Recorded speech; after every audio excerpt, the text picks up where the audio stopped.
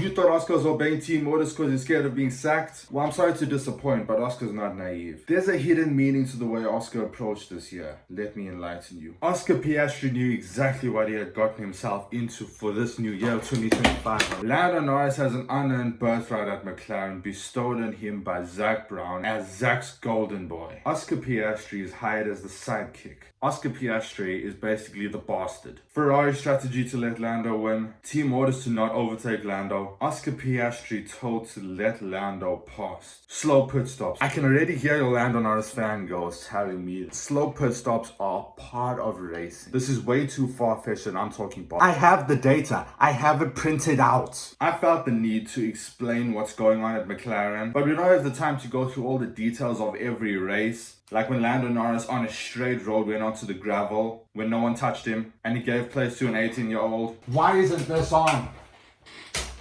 Right now, we need to analyze the deeper meaning in this internal war. Just remember, when I make a statement, I back it up with science. It is fair to say that Oscar was pissed. And because Oscar, remember, that is Oscar, he was having none of it. Oscar sized up Lando like a tiger. And seeing that he has a big performance margin over him, like an extra gear, Oscar was willing to obediently comply with all team orders thrown at him, like with his mouth open to shite on a fan. This was all part of a bigger scheme Oscar had cooked up to turn Lando's birthright against him. So Oscar sized up Lando. He measured his strengths and ignored his weaknesses, counting them as useless. And the prey that Tiger Piastri was about to catch, he would kill without using his teeth. It happened first in Australia and then Japan, considering 2025. We already went through this. Oscar's a full second faster than Lando. Oscar can catch Max. He wants to switch positions to make it easier. McLaren denies him, telling him to hold position. They effectively give the win to Max. And now we're definitely not worrying about Max Verstappen being too close in the points, winning the championship potentially. But peak aura of Japan was not Oscar being a full second faster than his teammate, who has 7 decades of experience over him. Rather,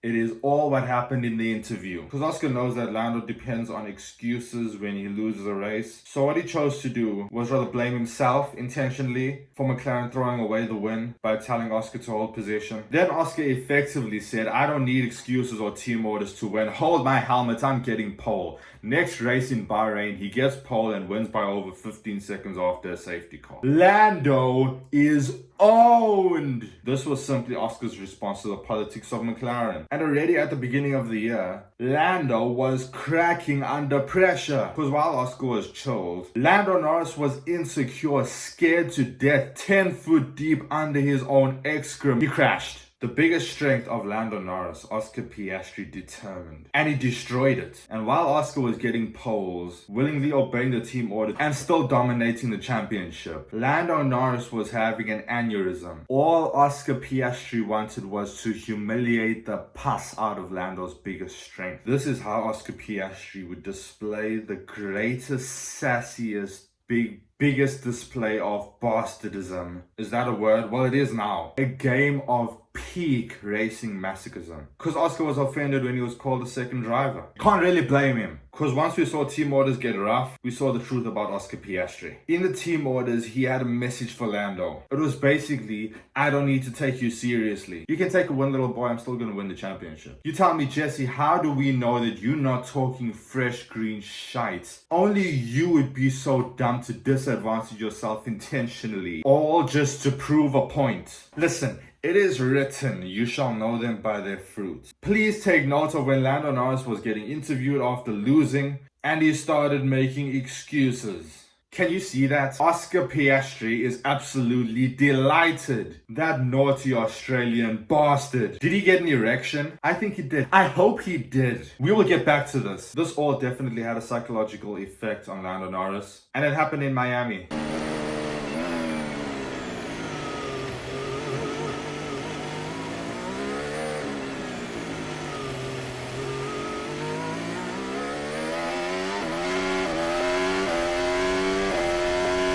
I know Oscar is going to take it this lap, therefore we need to stay out.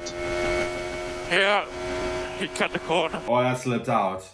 He wasn't supposed to say that. Does he want a penalty for his teammate taking avoiding action from debris that was on the racing line? There was clearly desperation, bitterness, and insecurity. Because Lando Norris was being humiliated and Oscar was chuckling. Well, until he realized that he pitted on lap 14 and then Fernando remembered that he's driving an Aston Martin, so he crashed. Then Lando pitted on the yellow flags and thus he could jump Oscar. Lucky bastard! But then after Oscar embarrassed Lando by growing a gap of 13 seconds to him, we realized something. Tiger Piastri was not just here to fight the dogs. He is far bigger and greater than just that. He had calculated everything and sized up Lando. And the scary thing is, he realized he easily got his prey in the bag. So after analyzing every single thing like a tiger, beating the excrement out of him just for fun, he decided to shift the focus to a bigger problem. The much more important fight.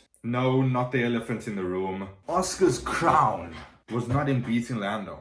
Oscar's real ambition was with the king of the jungle, the lion, Max Verstappen. Because at first Max didn't mind Oscar. He just thought of him as another McLaren driver. But he was immediately shown the gravel by the Tiger Piastri. Literally the gravel. In the first race of Australia, this was Oscar's message to clearly tell Max, you have to take me seriously. Because when it comes to pressure, while Oscar Piastri is in a different league, he exercised the ability to maintain a burning, consistent pressure. That was also very intelligent. He burnt down Max's neck, pressuring him enough until making him make an emotional lunge, trying to get away in his track to almost understeering off the track. Oscar makes a switch back. He can't use slop moves on Oscar trying to bully him off the track like he did to Lando in the previous year. Because if Oscar ever takes the move around the outside, he's not doing it because he's scared of the inside. In the meantime, while all of this was going on, Lando Norris in a straight line went onto the gravel, giving position to an 18-year-old. No one touched him. You remember that moment of Oscar's erection when Lando was making excuses? You see, in that moment, Lando had been beaten by Max. And to make himself not look weak and retarded, he rather immortalized Max Verstappen.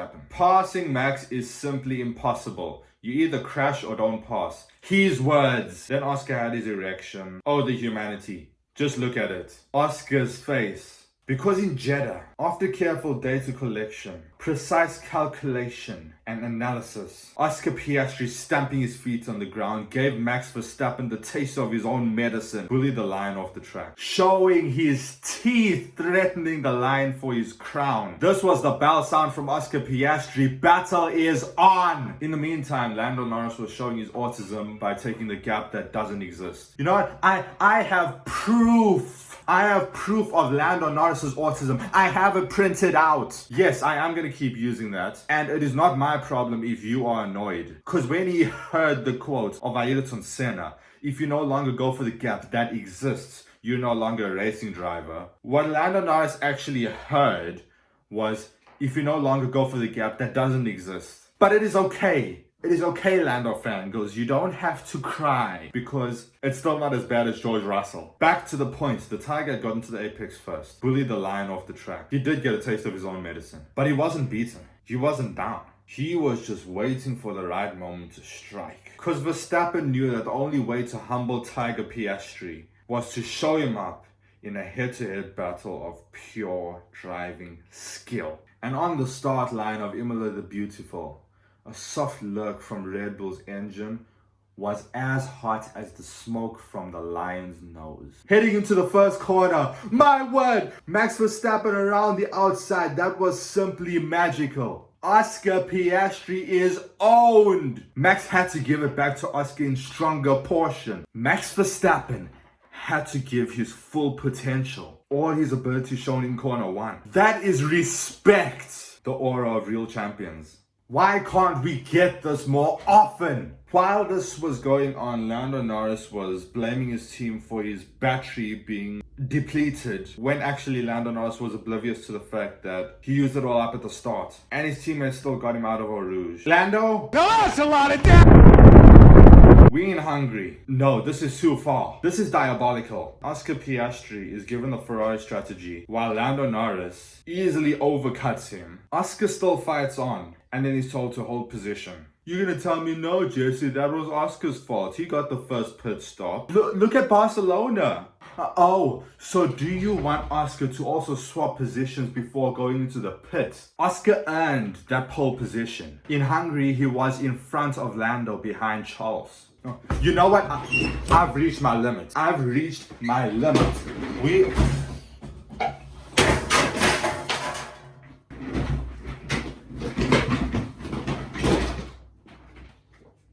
I have dignity. We are gonna quickly run through all the races systematically. Cause you'll need to understand something. You'll need to understand something. Oh, you bastard. Stay up. I need my supercharged Ferrari F12 in the background.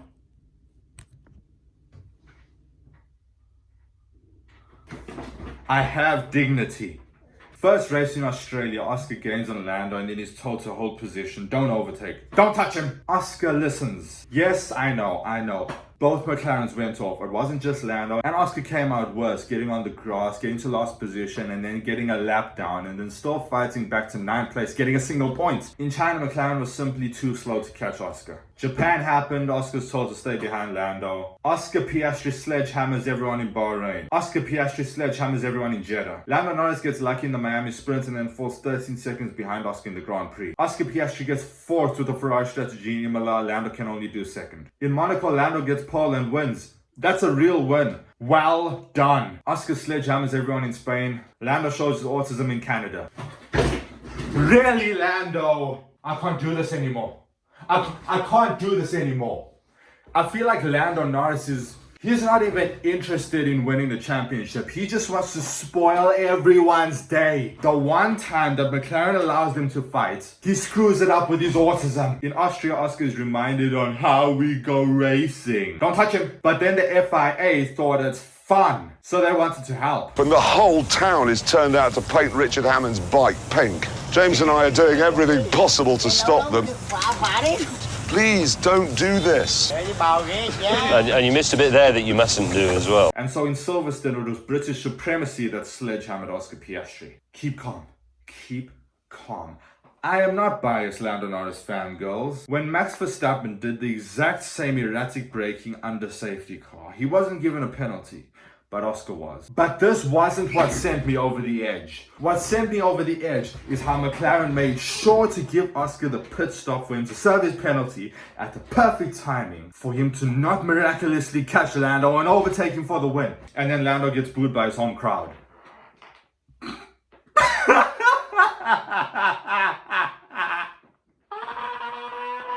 Your home crowd. Oscar comes second to Max in Belgium sprints before sledgehammering everyone in the Grand Prix. In Hungary, we know what happens. He gets the Ferrari strategy and then he's told to hold position behind Lando. But something interesting I once learned from the Bible. If you live by the sword, you shall die by the sword. And evidence, if you win by luck, you will lose by luck. Because in Zandvoort, Lando's engine blows. Karma! It's about time. Then in Italy, Oscar's told to swap positions for Lando Norris getting a slow pit stop.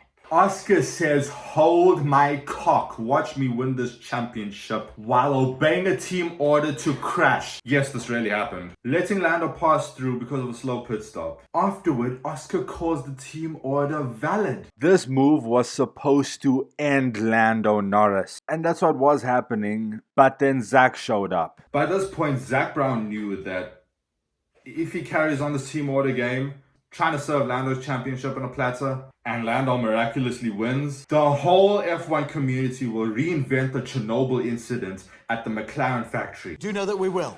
We will do that. We will do that. We will. We'll wait till you're in. So the last resort for Lando winning a championship, and the Chernobyl incident not being repeated at the Mclaren factory with Zach Brown himself in it, the only thing they could do is sabotage Oscar's car. It was pure speculation. There's the data, there's also the onboard footage, but there's not enough concrete proof. There's clearly something differently wrong with Oscar's car, but give McLaren benefit of the doubt. Until Andrea remembered that he's an idiot and he opened his mouth. Both of the McLarens are the same. His words. Hi, Andrea. Oh, where did that come from? Interesting. Nobody asked. You know who's the type of person who would feel like everyone's looking at them? Feel like everyone's about to interrogate them? And then they answer something that nobody asked out of sheer panic? Hey, have you seen Monica? I've not seen Monica.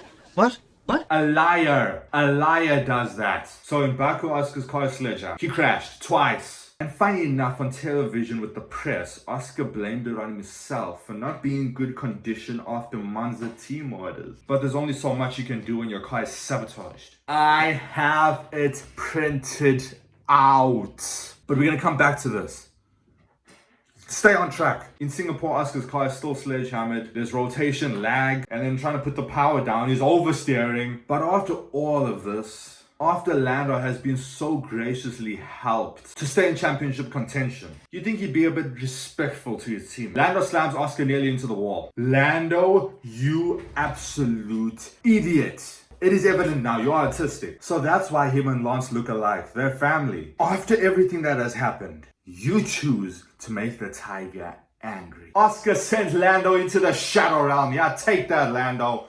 Points are frozen. So in Mexico, the FIA once again took things into their own hands in the name of British supremacy, bring out a yellow flag in front of Oscar's last chance to make the move for him to keep the championship lead. And what was the yellow flag for? Oh, it was for Carlos Sainz's car that was burning on fire, which was already in the back alley when it was burning on fire, not needing a safety car, not needing a yellow flag. Let us go to Brazil quickly before I reinvent Chernobyl. Oscar was not backing down. What seemed impossible, Oscar was putting on the performance of a champion. First moments of FP1 and Oscar is only collecting data, seeing how he should rotate the car, what he should do, which racing line he should go on, entry speed, exit speed, braking. I haven't even counted his laps on my one hand and he's putting out purple sectors. He's the fastest. Oscar Piastri.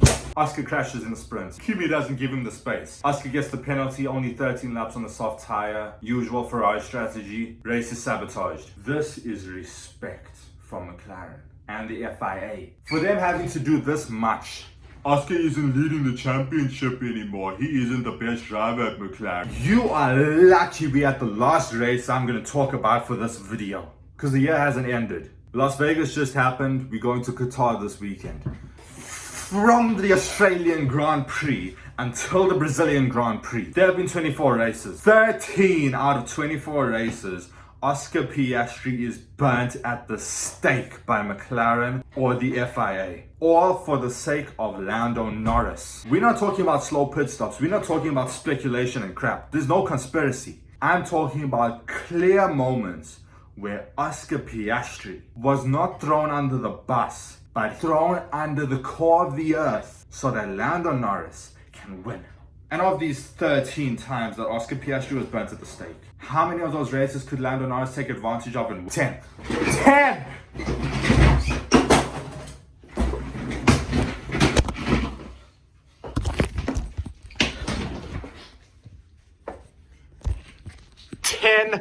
Races, 10 races, selfish bastard. Your teammate is burnt at the stake 13 times and you can't even be grateful and at least win all 13 races. Oh, this is just hilarious. This is just it's unbelievable.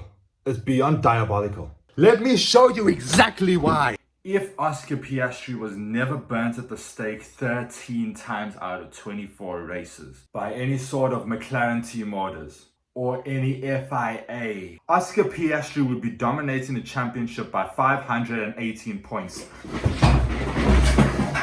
180 points difference. 180 points difference. That's a 42% points difference from Oscar Piastri to Lando Norris. Did you know that Jack Doohan had a better points difference? Before his Formula One life ended, he didn't score a single point. His points difference to Pierre Gasly would be 22 points. And Lando Norris, 42. The truth is, Oscar Piastri knew he could play smug boss at the Team McLando, with all the bad strategy calls, team orders and slow pit stops and all. But he never thought he'd be forced to drive a car inspired by Senna's Williams FW16. This is respect. For McLaren to do this much in order to try to stop Oscar. And now it looks grim. And you're going to tell me, oh Jesse, look, Oscar's scheme just slapped him right in the face. Oscar Piastri back to the front. Oscar Piastri wins the sprint in Qatar. Is it going to be provisional pole for Oscar Piastri? What a lap he's produced to go P1.